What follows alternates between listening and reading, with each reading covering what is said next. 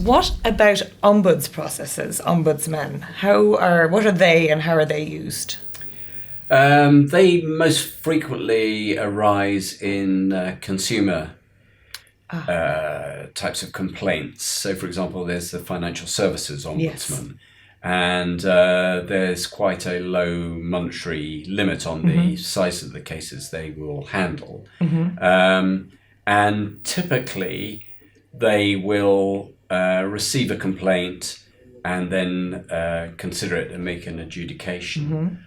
Often, the decision is not binding on the consumer, so the consumer can accept it or reject it. If they reject it, then they're free to pursue their rights through the courts if they choose to. However, in some of the schemes, it can be binding on the commercial party who's been providing the consumer with the service or the goods. Therefore, it's quite an attractive process. Why wouldn't you try it in case you get a good result? And then it preserves your right. You still preserved your right to go to court if you want to go. In Ireland, ombudsman services are very, very popular, and actually our financial ombudsman service now has a mediation service within it. A number of their staff are trained as mediators. Is that something you've seen here? No, I haven't, but I have to say I think that's a really good idea. The Ombudsman Service,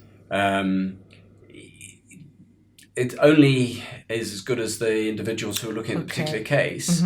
And so it's not always a satisfactory outcome from the consumer's point of view. And often, it's black or white. It's take it or leave it. Whereas with the mediation, you have the opportunity to find a more creative solution. Yeah.